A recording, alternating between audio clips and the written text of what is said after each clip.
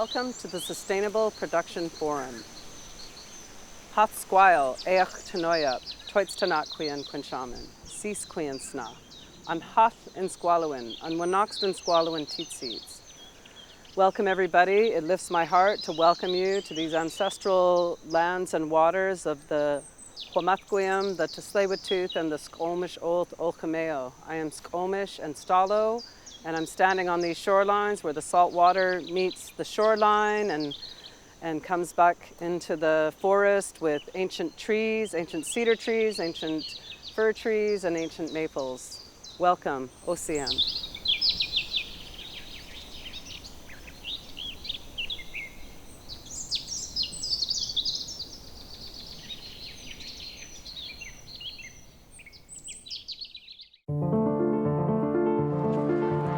It's our job at CBC Radio-Canada to report on what we, as Canadians, care about. Politics, culture, sports, entertainment. But there's a bigger picture, something Canadians care about even more: the environment. It's what all the rest of it hinges on. We wouldn't be here without forests, wildlife, and oceans. Stories on the environment often have the way of making us feel powerless and small. Who are we against a hurricane? Who are we against a wildfire? Who are we against a changing climate? We are more powerful than it seems. So we're not just going to report on the environment. We're going to take action and help preserve all the things we care about. We've looked at how we can do better and set some goals for 2026. And that's just the beginning. Our ultimate goal is carbon neutral. As we move towards zero, we will report on our progress. Keeping you informed is our job, after all.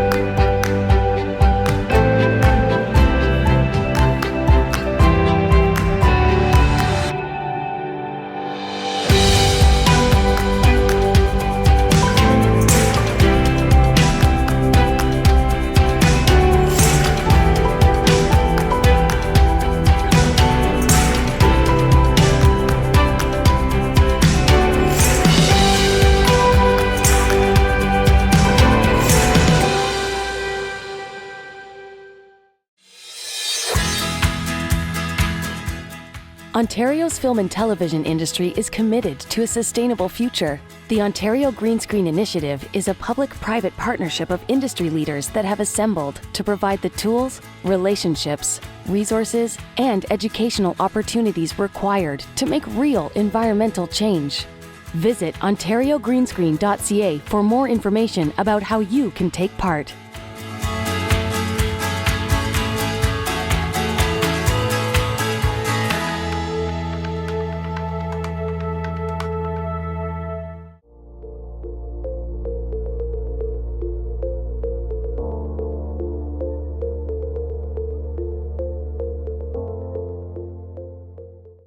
Welcome to SPF 22. I'm Zena Harris, President of GreenSpark Group and Creative Director of the Sustainable Production Forum. Hi, I'm Melanie Windle, Executive Producer of the Sustainable Production Forum. Thank you for being here with us. I'd like to thank Cease Weiss for that wonderful traditional welcome.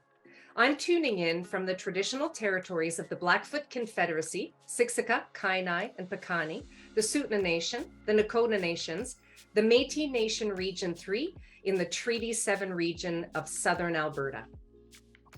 Today, I'm tuning in from the traditional territories of the Puyallup and Coast Salish peoples of the Puget Sound area. This virtual event is coming to you from around the globe. And if you are unsure of whose traditional land you are watching us from, you can visit native-land.ca or indigenousworld.org to learn more. Those links should be popping up in the chat shortly. Please share with us in the chat where you are tuning in from. We are so excited to welcome you back to the 7th Annual Sustainable Production Forum. It's a delight to gather again. For the better part of 2022, Zina and I have been discussing your pain points, your successes, and figuring out how we can have an impact and move the needle in decarbonization in our sector. We have been meeting with leaders, experts, change makers, and disruptors for the last 6 weeks, having incredible conversations, and we are excited to share them with you throughout the month of October. If you have occasion to be in Vancouver, Toronto, or New York City, don't forget to check out our in-person events. Please introduce yourself. We love seeing the community grow. Something special about SPF is that it is a gathering place for stakeholders across the entertainment industry, and we are very grateful for the support, collaboration, and allyship we have developed with our partners. The SPF 22 lead partners are presenting partner, Real Green, Creative BC, Motion Picture Production Industry Association. Platinum partner, MBS Canada. Signature partners, CBC Radio-Canada and Telefilm Canada.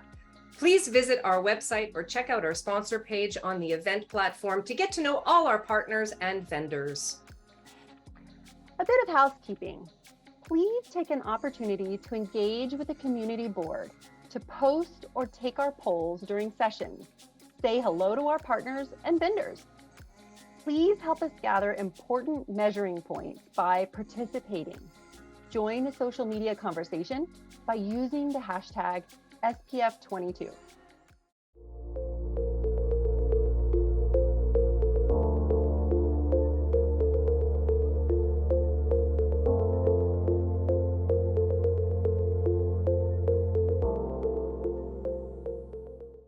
Thank you for joining us today for Lasting Impact, How Climate Storytelling is Transforming Our Industry, presented by Real Green, Creative BC, and MPA. These incredible speakers are making waves, transforming the narrative around climate change, social sustainability, and local stories. Smiely Khurana, Sustainability Lead Real Green at Creative BC, will lead us in this important conversation, and she will be joined by Jenkins, documentary producer, director, NERV Productions, Jamila Pomeroy, writer, filmmaker, and creative entrepreneur, Weinstein, TV writer, producer, Hollywood Climate Summit, and Charles Wilkinson, documentary filmmaker.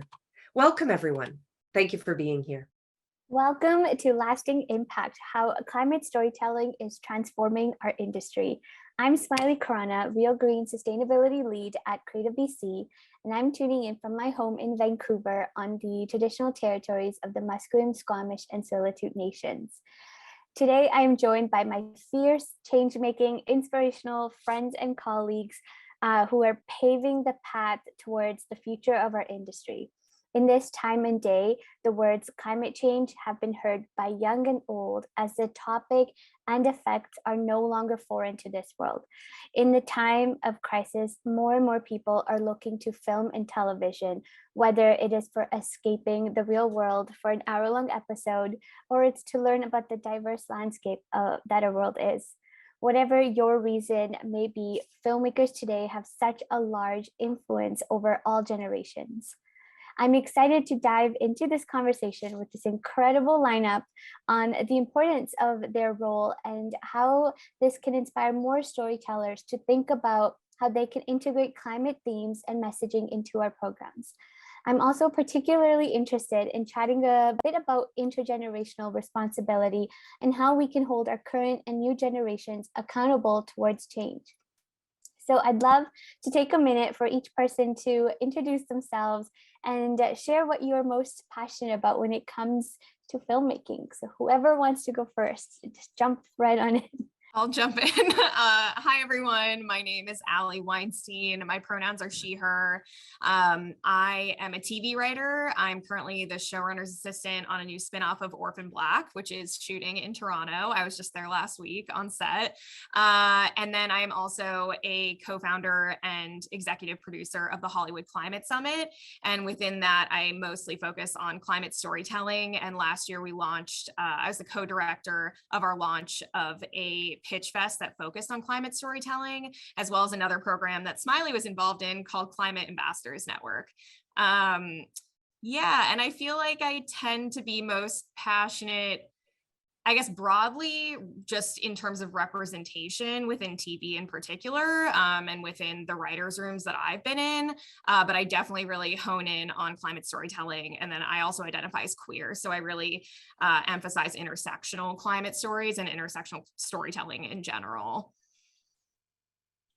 Thanks, Allie.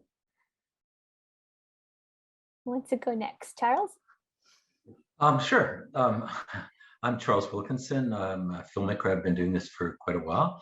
I started out in documentary and I changed over to drama. I did movies for the US networks and episodic and so forth. And then about 10 years ago, I realized that I was not really enjoying the work at all. The stories were always the same, so I decided to go into documentary again. And so I've been making point of view feature documentaries for the last decade or more. I've directed maybe half a dozen or so feature documentaries over the last decade. All of them are environmentally themed. They're all about the issues that we're here to talk about today in one way or another.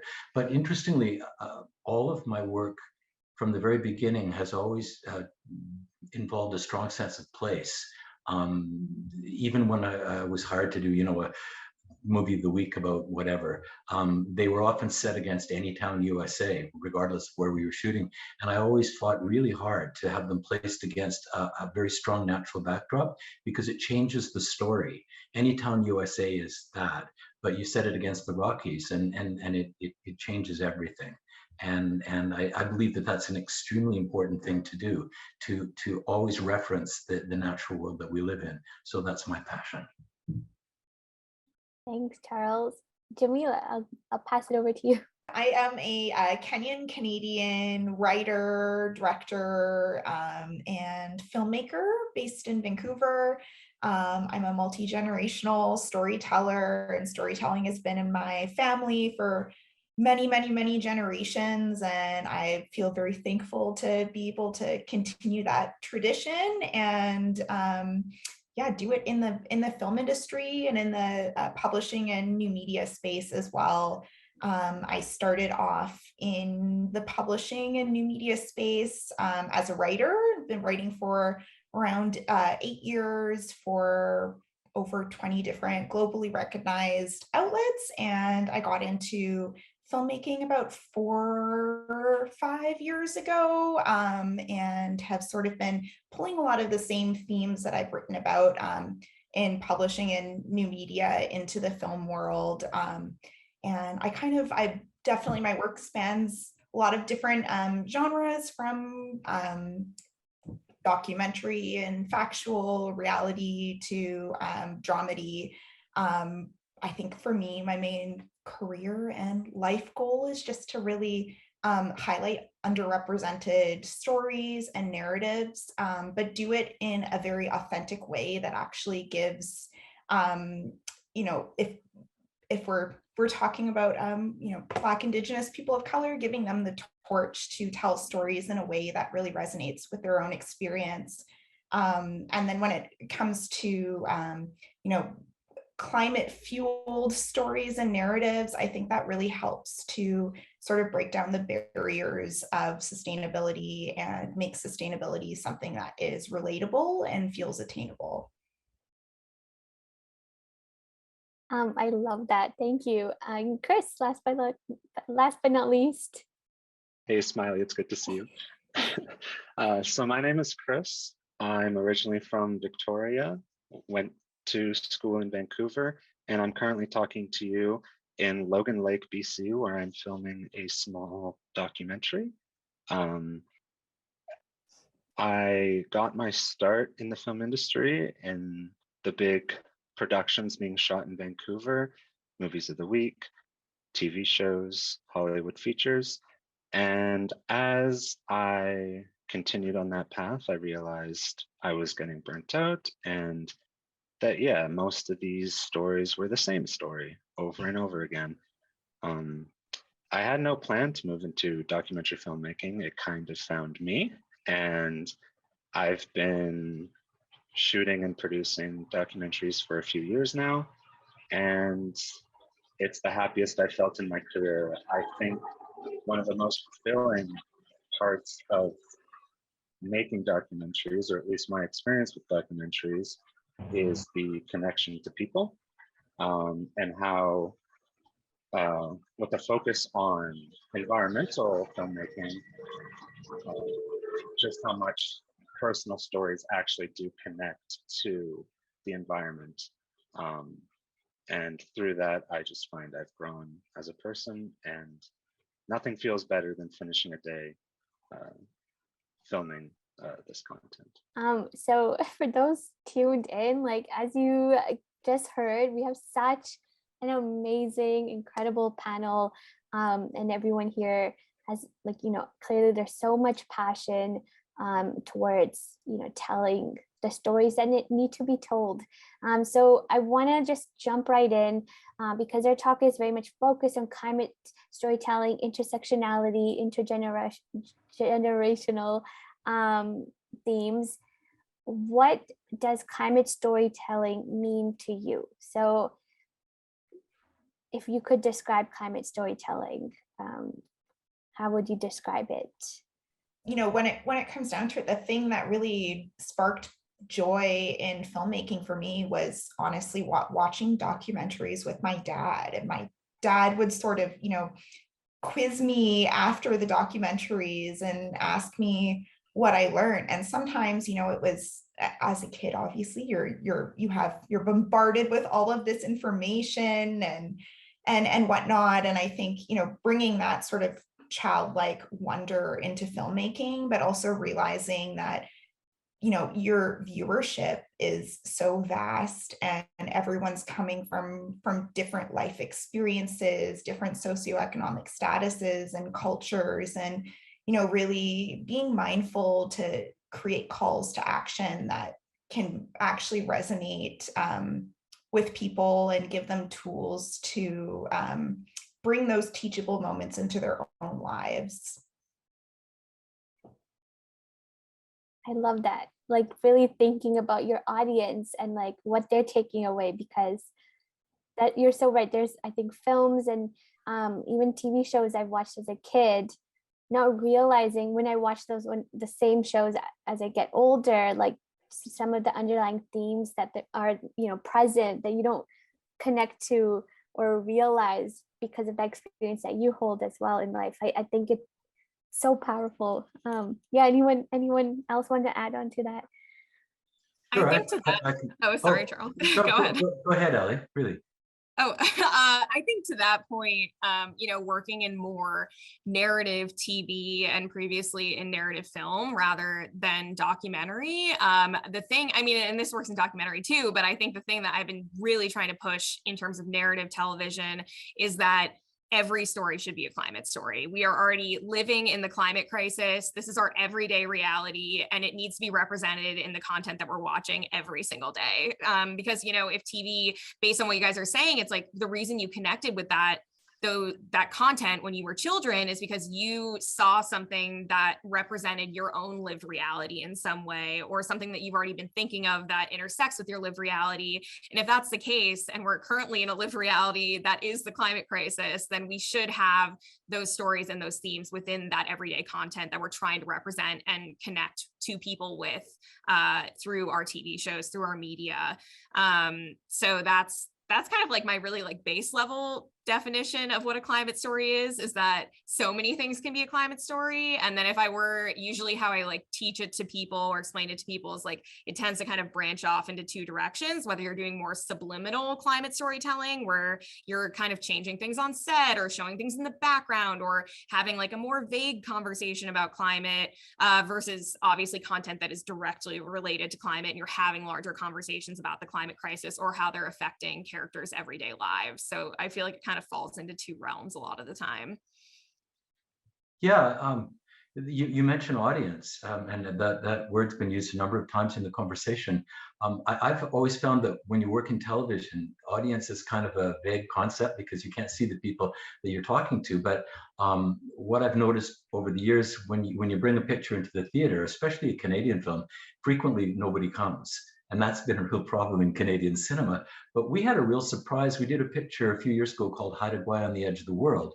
We had people lined up around the block for months and months all across the country. And in the Q&A sessions, what people would say over and over again is that I love that this was a story about a community where people live simply and there's no logos and there's no malls.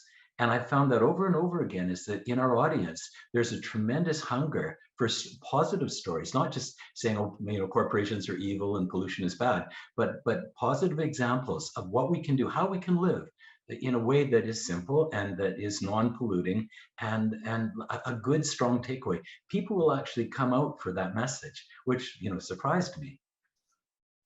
I think just to add something really quick onto that, that's such a good point. The other thing that I'm always touting is that climate stories should not be apocalypse stories. Like the other thing is about it being our lived reality is like, obviously we all have everyday moments that feel like rom-coms, that feel like dramas, that feel like all these things. And so that should be kind of present in just everyday living stories rather than the world ending kind of stories. And it tends to motivate people and give them more hope by doing that. Yeah, the motivation piece is definitely, it's big. You want people to feel like this is something that's within our control, and there's still hope, and we still have the power to create change in our generation and in generations to come. Mm-hmm. Love that. Chris, did you want to add anything too? What I wanted to add was mostly said, but speaking from personal experience, I have seen How to Go on the Edge of the World early in my journey into documentary filmmaking. And yeah, I completely agree. I think what really worked in the film was that you did kind of have that sense of hope, like, oh, I want to live here. And pause. I think, everyone loves a good drama. Everyone loves a good horror movie. But it's also really nice to sit down, watch a movie and feel like there's hope. And especially if we tie it back into movies we saw growing up as a kid, these are very important messages that we should be telling people of all ages, from children to elders, because these are lessons that we take with us through our lives. And media is such a powerful tool, especially filmmaking. Filmmaking is such a powerful tool to express ideas, express opinions, but also give hope. So it's about just having intent with your storytelling and understanding what kind of message you're trying to send. Thank you. Yeah, this is so inspiring already. I think like our key takeaway from just this is that there is no right or wrong way to incorporate climate narratives into your storytelling. There's no specific genre you need to pursue, and no specific audience you need to pursue. Like, I love what Ali said about, there's that two directions you can take. That's what we really try to emphasize, is that you don't need to make your story about plastic pollution or about the world ending, but it can really just be reflecting, our society into our programming, because we're already seeing a shift in behavior change in terms of, learning more about what climate change is, trying to be more sustainable and eco-conscious. So why is it taking so long for our characters on screen to reflect that? And it also ties in with that intersectionality part as well, because how we depict different groups of people and viewpoints matters so much. And so, yeah, this is I think right off the bat, we're so many key takeaways already from our conversation. And I just want to ask, like, you know, to the group, and whoever wants to go first can, what are some challenges do you find in having environmental narratives or, you know, planet placement in our content? Like what are the barriers, you know, that prevent writers or producers to start incorporating these messaging, do you think?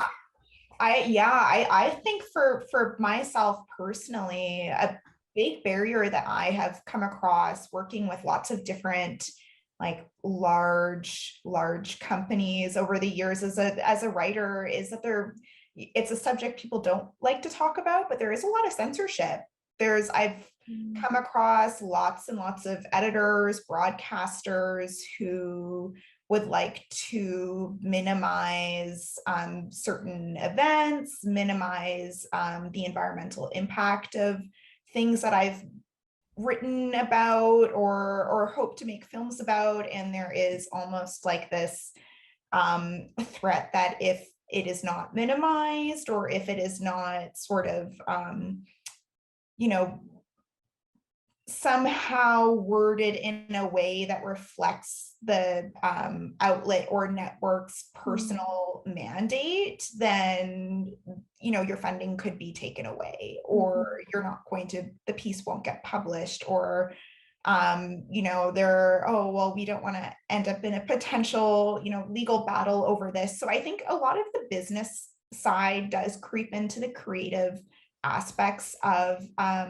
filmmaking, and I have come across this time and time again. And I think it's unfortunate because when we're shielding ourselves from telling the real authentic story, it's not helping anybody. And I think it's tough because we all work in an industry that costs lots and lots of money to get anything done. And when money like that is on the table, unfortunately you run into many issues like that, like being put in a box sort of thing, right? Like or not even being able to tell the full truth about different things, because, you know, networks or broadcasters or outlets do receive a lot of funding from a lot of unsustainable companies and oil and whatnot. So yes. That's a powerful point. I've also personally dealt with that too. Like, it's not just the business side, it's a political side too. It's like the barriers that get presented. Definitely. I think that it's worth noting in that context, because I'm pretty sure we've all run into that problem over and over again. I mean, if you do something in Alberta, the Suncor and Syncrude is going to have something to say about it, right? I think that one antidote for that I've noted works pretty well is to always include the counter argument. And that's something that I see that a lot of filmmakers often neglect to do, because there's almost always a counter argument. And if you include the counter argument, if you make a really legitimate effort to see the point from the opposition's point of view, it makes it, first of all, much more interesting. Invariably, I mean, anybody who argues in favor of oil, for example, they're not going to win the argument, right? So it's a pretty safe thing to do, to include the counter argument. But I think it's worth commenting always on, you know, the employment, the economics, all of that sort of stuff, because then people regard what you're saying as fair, and a lot more people will listen then. You know, your audience doubles if you present the counter argument. It just does.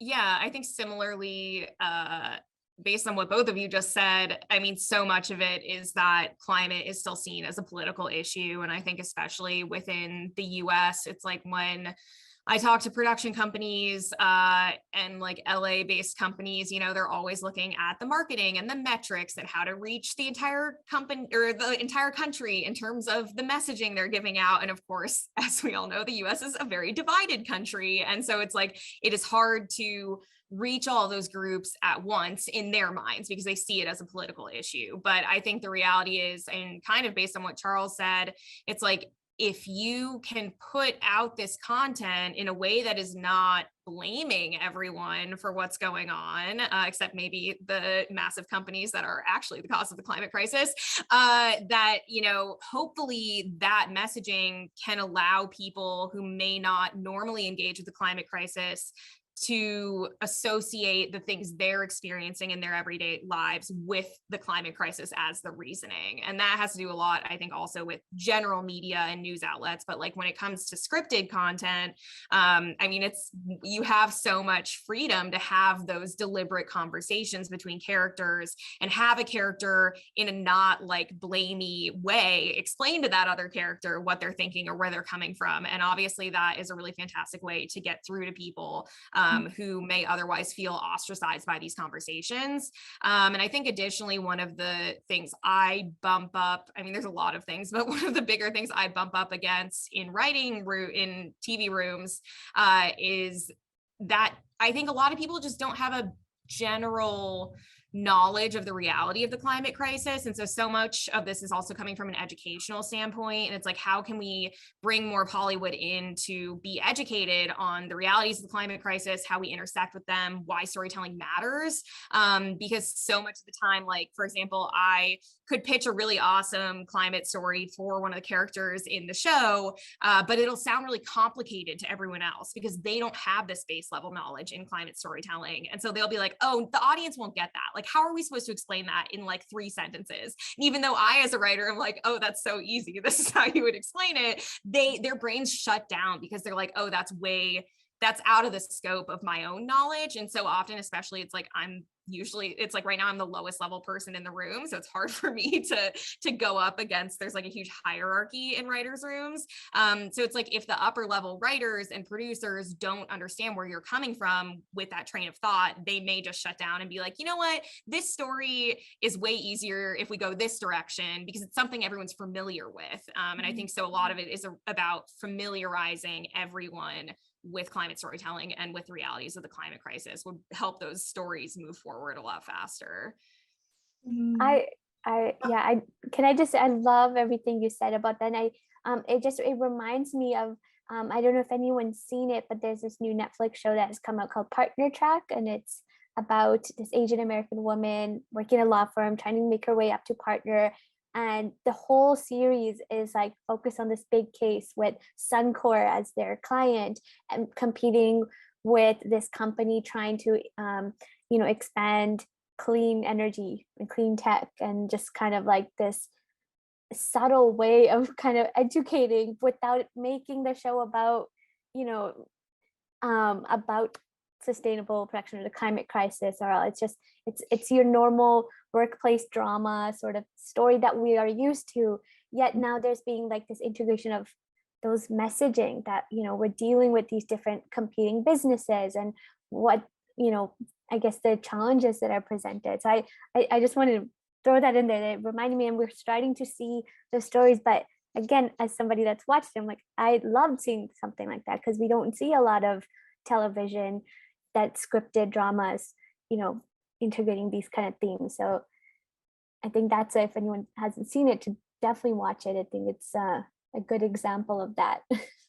Yeah, that's a really great point. It's, often it's your vehicle and how you're tactful about talking about a subject that really, allows you to slowly but surely talk more and more about something. I think, we've seen this a lot in the equity and BIPOC film space as well. Is I've bumped into many different situations working in writers' rooms where I'm the only non-white person in a writer's room, and I'm explaining, oh no, this is the way a character would say this, or this is an experience, and oh well, why would they say that, or why would they do that? So I feel like sometimes that tactful nature of using a vehicle, or comparing something that everybody does, like, okay, everyone, most people like to get a coffee, what could that experience be like for different kinds of people, and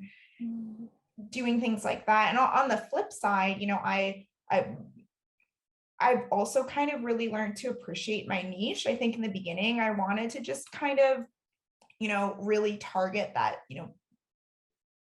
big picture filmmaking where you're appeasing many different people. But I've, learned that, exploring in the BIPOC film space and being in sustainable film and television, I'm just happy to really say what I want to say instead of trying to tiptoe. Because I think, sometimes when we're tiptoeing and we can't actually sink into what it is that we're trying to say, it's almost kind of like you're contributing to the problem. I've had that guilt before, so I'm really trying to lean into being as authentic as possible. I love that. Chris, did you want to add? I think I would love to jump off of that because at the end of the day, it's everyone behind the camera that has control over the message being delivered. And the perspectives and the emotions of those people play a critical role in that, in how the story ends up being presented. Reflecting on my own experience, I was shooting a documentary over the course of 2020 and 2021, which was challenging to begin with, but it was a very heavy environmental documentary where I was talking to many people who basically kept saying the same thing, saying, yep, if we don't change our ways, everything's going downhill, and everything's already going downhill. And while these may be truths that we need to face, it also really started to take a negative toll on myself. And I noticed in the edit room, it was starting to really reflect how I was presenting the story. And I was becoming more radical, more enraged by what I was hearing. And it started reflecting my everyday life as well, which tends to push people away. And we're trying to bring people in. We need to hear all perspectives, because if we just focus on one, we do damage to ourselves, and two, we push our audience away. So I think just keeping in tune with who you are and being conscious of how you're feeling creating the content that you're making is crucial. And being true to your perspective. Yeah, that I think really sits with me. Like when I hear that, what you just said, that point around constantly hearing things like that. Like I remember my days being on set and talking about sustainability or trying to just do my job. And I hear that a lot, where it's like, well, if we don't change our ways, then we're in trouble. But it's like, okay, that's not all on me though to help make that change on set, or we all need to be in this together. And I think this is such a good segue into this next part of what I want to focus on, is that generational accountability and who really is in charge of making these decisions and changing the way our world works. And I think we're seeing a lot of media coverage on young people protesting, young people leading the way. It's on the young people to change the future. And as a young person, that I don't like that, because that makes it feel like more pressure on me, and I get that guilt all the time, because it's like, if I don't change the way, if I'm not constantly doing this work, then we're in trouble. And it's like, that's not fair to just one generation. And also my generation is growing up, and so the next generation is coming in, who is the young generation. So I wanted to just kind of try to bust that myth too, because we have such a diverse panel here, and just to get sort of your advice on how we can work together across different generations and bring each other along for the ride, and who really is accountable. How can we open this dialogue more? Well, as the oldest person in the room, let me speak to that, because there is an elephant in the room of that conversation all the time. And that is that it's my generation, I would say specifically my generation, that's more to blame for this than any other. I'm not just finger pointing for the fun of assessing blame. My generation also has all the money and the power. And we're the ones that could change it, and the ones that need to be convinced that it's our responsibility. I mean, when I was a kid, it was the age of Aquarius, and people were not into materialism. Being a materialist was regarded as being very poor manners. It was a character flaw. And now the richer you are, the cooler you are. That happened over the course of my generation. So my generation has got a lot to take care of, a lot to, I think that it's fair to lay a lot of the blame at the feet of my generation. So when I see television shows that depict sort of yuppies who just don't care about anything except their summer cottage at Tofino or Whistler, I think that's fair game, because that's the reality. Of course, we can't be negative and just because they'll retract and they'll be defensive. But I think it's fair to say that this started by people changing from the age of Aquarius to the age of consuming. And that's what's got us to this place. So guilty as charged. I really appreciate you saying that, Charles. And I think that is both one of my biggest frustrations, but I also think one of the biggest assets of intergenerational storytelling. It definitely is a huge pet peeve of mine of, like, for example, when I was last in New York, I was with some of my co-founders of the Hollywood Climate Summit, and we were having like conversations about climate in cafes, and people would ask us why we were visiting New York, and it was because we were going to something at the UN about climate, and every single person, if they were above like 40, would be like, thank you for doing this work, like you're gonna save us. And we were so frustrated by that. We were like, what are you doing? Like, you're still here, you're gonna live for another like 30 years maybe, like that's a lot of impact on the planet. Like you don't just get to like write off having any involvement in this. But I think the thing that young people really do need from older generations, and why this needs to be an intergenerational conversation, is partially what you said, Charles, of like the older generation holds the majority of wealth. We cannot do so much of the activism work we want to do without contributions of that wealth. And additionally, the older generations have a much better understanding of the infrastructure that we're currently working within than younger generations. And so we need that knowledge and that power to help us change things from within. And I've always kind of been an activist that's kind of like, get within the system to change the system. And, we can't do that without that generational knowledge. And that's a huge asset to us. So I think, these conversations are really important. And I guess I could go on about, the best ways to kind of jump into those conversations, but also a really great resource is the Can You Hear Us campaign, which is the campaign attached to the I Am Greta film. And they have a whole webpage that is literally about how to start intergenerational conversations and like what like do's and don'ts are. So I really recommend that to kind of get started. If I could just add one thing, because I so agree with everything that you say on that subject, and I'm so glad you said that. But what I found, that there's one very narrow sliver into that world, a tiny little window into convincing people of my generation to care about this and to actually get involved both financially and physically, and that's their grandkids. Everybody cares about their grandkids, and they know if you say, hey, your grandkids are going to have a horrible time and it's your fault, that gets people going. Yeah, sorry. I was just gonna say, yeah, like make it personal, because it is like.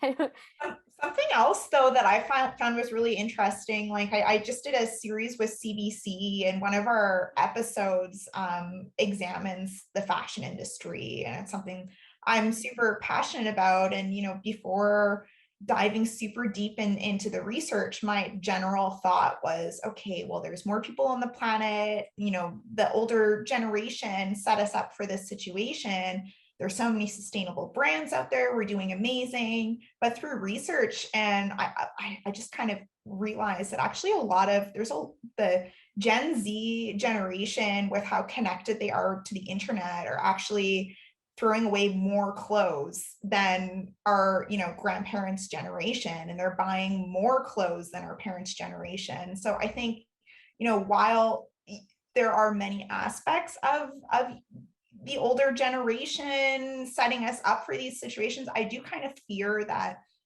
how trend-based the new generations are. I fear that is making things even more disposable than before. And the fact that, people are really like their self-identity has to do with the internet, which is so disposable. You can post things and delete them. You can, shop for new trends, and the trend is over by the next week. So I think, you know, bringing it back to storytelling, you know, many different places in Africa and a lot of different places around the world. Like, I can speak from my background and as a Kenyan Canadian, but our storytelling has always been intergenerational, and we always include the perspectives of multiple different generations. That's why you see a lot of African films and stories and legends always start with the, you know, the words of your elders, and then, you know, usually the meat of the story has to do with you know, it's someone that is maybe coming of age, and then you have another sort of future or new generation element to your story. And I think what's so beautiful about that is you're telling the same experience from many different perspectives, and each perspective and each generation are challenging each other. So there's no hierarchy of the older person knows the most, or the younger person has the key to the future and is doing the best, because I think each generation is doing great and doing bad in their own way, and kind of dispelling that hierarchy is also a really great way to connect with people and engage from different perspectives. That's such a good point. Ali, were you about to say something?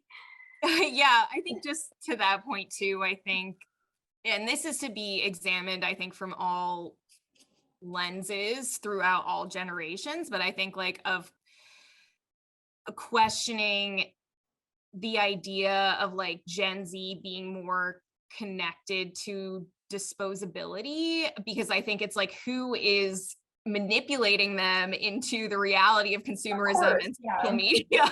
So it's like, and it's like, you know, the reason they're throwing away so many more clothes is because of fast fashion, which like they really, I mean, they have more control, I guess, in terms of being a consumer. They could buy less fast fashion and that would help. But in terms of like the way it's marketed to them and the reality, you're right, those changing trends, but it's like, are they really controlling those trends, or are the people who are paying them to, you know, be influencers for those trends controlling it? And additionally, like those fast fashion companies are making those clothes that don't last as long and are cheap. So you feel like you can just shift into one thing after the next, but it's like, who really generationally has control over that reality? And I don't think it's just older generations. It's like, right, it's like being a consumer as a younger person is an important thing to have in your mind too. So you're totally right. And it's like examining. And I think that's also the way younger people can reach older people, is by not just demonizing them and saying like, this is all your fault. Like, why didn't you do anything? We hate you. Like, that's not going to bring anyone into the conversation. So you really have to find that balance of right, acknowledging that no one is a perfect, you know, climate activist. No one is a perfect environmentalist. Like, you really have to kind of be like, we're doing our best, and how can we join together to do better within that? And how do you think, you know, storytelling and even bringing it back to film and TV can have an influence over that? Like, sort of, what is the cool thing? And, you know, I think that's what a lot of I think young and old people are looking at, what's in the media, what's on social media, or, you know, what they're watching their favorite characters be wearing or how they act. There's that influence piece that's connected to it. But how, I mean, can we reach these different generations and these sort of topics through our form of medium, which is film and television, do you think? I have a kind of I guess you'd call it a radical point of view on that, but the hour is getting late. I mean, we're in an awful lot of trouble. Every report that comes out says that we're out of time. So for us to pussyfoot around as communicators, I think it's like rearranging the deck chairs on the Titanic to say we should recycle our pop bottles more effectively, you know? I mean, yeah, that's important. I get it. But to me, our mantra, our context, our frame of reference for our society for the last several hundred years has been supply and demand, capitalist consumerism. We've come to a point where we see that doesn't work. Well, no, it does work. It's brought us to this point. It's worked beautifully to bring us to the point of destroying the planet. We have to do a complete paradigm shift And as storytellers, I think it's really incumbent on us to prepare the ground for that, to make it seem not so scary or so radical. To me, rather than supply demand being our mantra, it should be sustainability, the very subject of what we're talking about today. Whenever anything new comes along, our question should be, is this sustainable? To me, there is really no other question, because almost everything that involves supply and demand by definition is unsustainable. So as storytellers, certainly for me, I'm so committed to that now. Is this sustainable? Is this practice sustainable? Are Teslas sustainable? Yeah, I think that's an excellent point. And I think myself personally, I'm like learning to look at it from not just a story perspective too, now to look at it holistically. Like, are the ways that I'm scheduling crew as a producer, is this sustainable? Are my crew systems and organization sustainable? Is my shooting plan sustainable? Is the story that I'm writing a sustainable story? Does this character need to go to a carnival with 100 people and all these different moving parts? You know what I mean? Just really thinking about every single element and how can you optimize your organization and creativity to really reflect holistic, sustainable, like even going down to the mental health aspect, the financial aspect, because people aren't going to be able to be sustainable if they're burnt out. They're not going to be thinking on their feet if they're struggling mentally and don't have enough money, and they have to keep perpetuating this film machine. Like, we really need to slow down and go back to the drawing board and reevaluate literally every system that we have in place. I think oh, sorry, Smiely. No, I was just agreeing. Yeah, no, off of that, I kind of, this is my third writer's room that I'm in. And this time around, I had this like epiphany about how in every single room I've been in, and even before that, when I was working in TV development and on that side of pushing shows forward, I think people place a lot of blame on showrunners and writers for not, involving enough quote unquote diversity in what they're doing, or not making it intersectional enough, or not including climate storytelling. And the reality of it's exactly what you just said of, most like showrunners are, their show gets picked up and the studio and the network are like, okay, can you put a writer's room together by the end of the week and then have us the pilot and like the first 3 episodes in 6 weeks? And you're like, what? It just leaves I think the thing I realize is like, these people may have the best of intentions to have their show be that way and be representative of a lot of voices and realities. But when they're on such a strict timeline, based on the people who are giving them the money to make the show happen, it is next to impossible for them to take in new information that they need and the way they need to be educated to make those stories a reality. And so, I think a lot of people go into things with the best of intentions, and the insane schedules they're being put on don't allow for them to make that the reality within their show. And so I think totally slowing down would make that so much easier. You'd have time to bring on consultants. You'd have time to bring in writers that accurately represent what you're trying to put on screen, all of these things. But when it's moving so fast, you don't have the time to do that, and then your show ends up not being able to take those steps forward that it otherwise would have the opportunity for. Yeah. Most definitely. There's not enough time in the day for any filmmaker. Yeah. I mean, even in our current world, like right now, like post-COVID or in COVID, I don't even know, is how much content we're going through. And so how much content is being produced each day. And so you're so right that the industry has always been so fast-paced, but I think more than ever, it's like constantly pumping out content. And so this actually, I want to go into my last question before we wrap this up. It kind of touches point on that, is if you could change one thing about the film industry to make it more sustainable, what would that one thing be? I gotta jump in here. I have to, and you're gonna think I'm an idiot. But one thing I would change is I would ban 4K and I would ban 8K. I know it sounds so trivial, but with the advent of HD video, that sets so many filmmakers free with inexpensive equipment to go out and tell their stories. And HD, we shoot in HD. We refuse to shoot in 4K or 8K.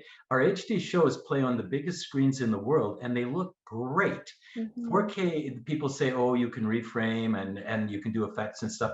There's so much software now that will do all of that stuff. But the important thing about shooting 1080 is you need way less crew. And so that means less carbon burn with their cars and so forth. And you need way less electricity to process this insane amount of data. And also, really, bottom line, 4K playback, the only people who can afford to watch 4K playback are old people with eyes that are so bad they can't tell the difference.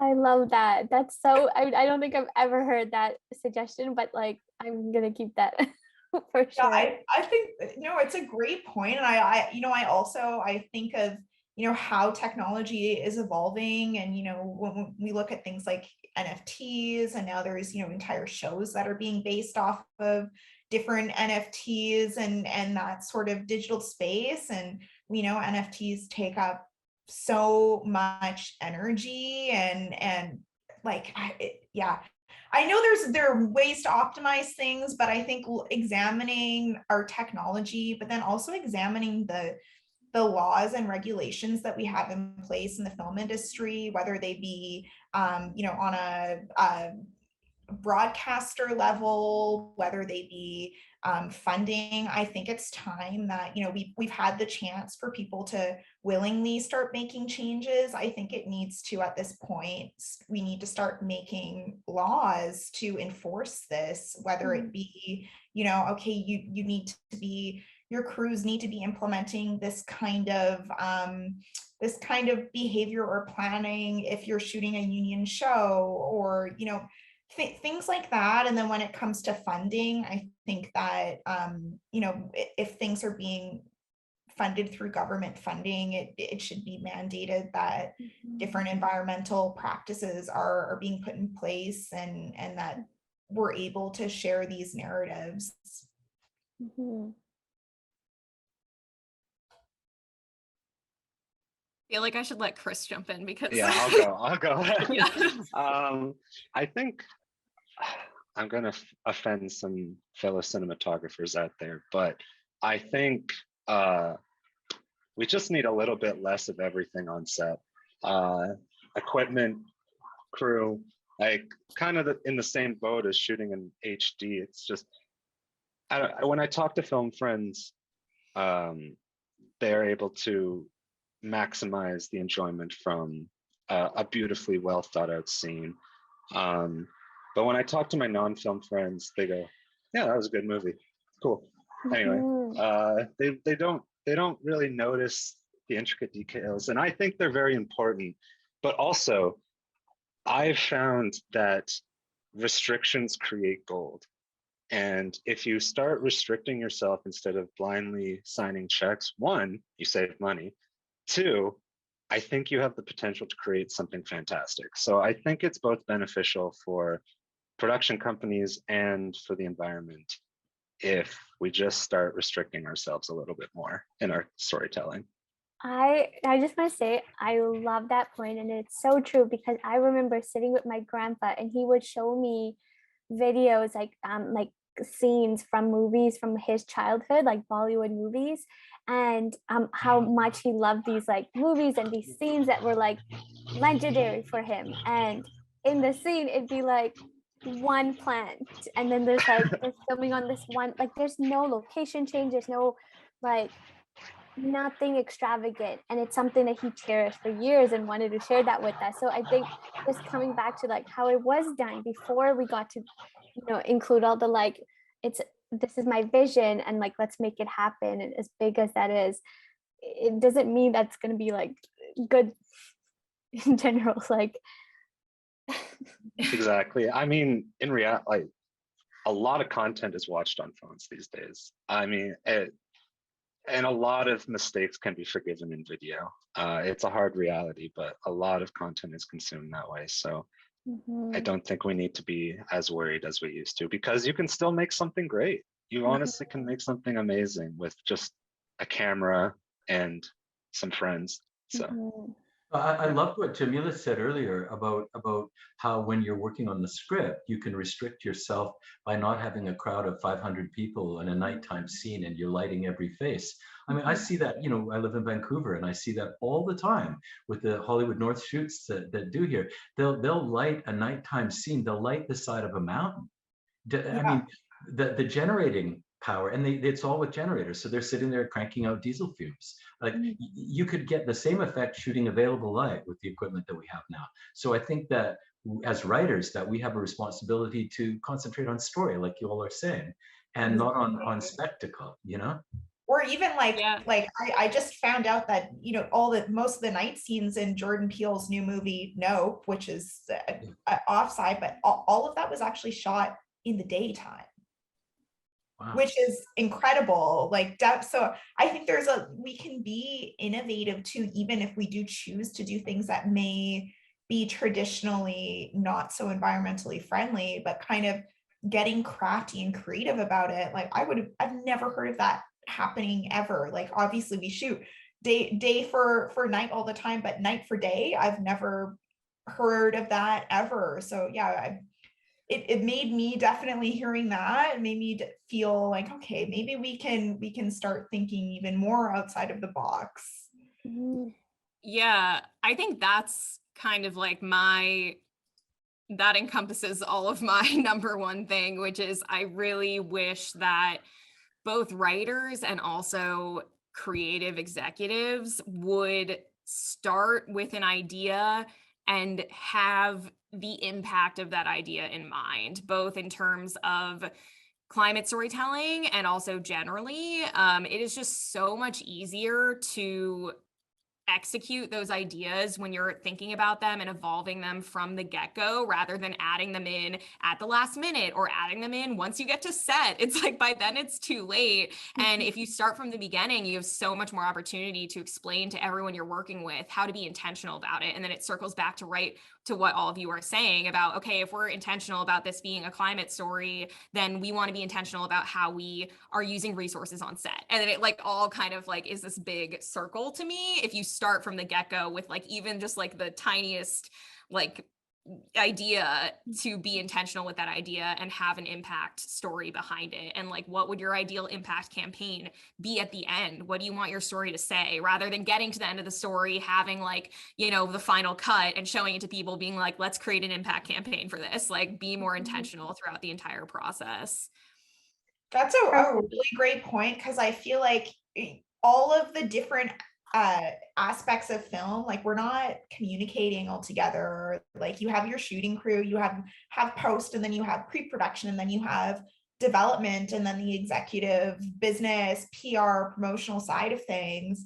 And like everything is so big that it's so easy to not understand how different departments are impacting each other. And I feel like also it's great for no matter what you're doing, for everybody to actually get that on-set experience too. Like I wish every funder and executive spent, 20 days on set to understand the different limitations and the impact. And I don't know, maybe that as a prerequisite would be amazing. No, I love that. It's perfectly spoken. I think Ali, you made a great point about it starts at the beginning. It has to start at the beginning. So I think if anyone's going to take away anything, it's that. And with that, we have reached our time. So I really want to say thank you for all of your times and sharing your experience, sharing your expertise. Like I've done a few panels, but I think thus far this is my favorite, because there's clearly so much passion and leadership and influence here. And so I'm so grateful that you all joined me today. And yeah, it's truly shaping our industry's path like never before. And for everyone watching, if you did enjoy this conversation and you want to learn more about initiatives coming up, Real Green, what we're doing, we're developing a new course focused on climate storytelling. Check out our website at realgreen.ca.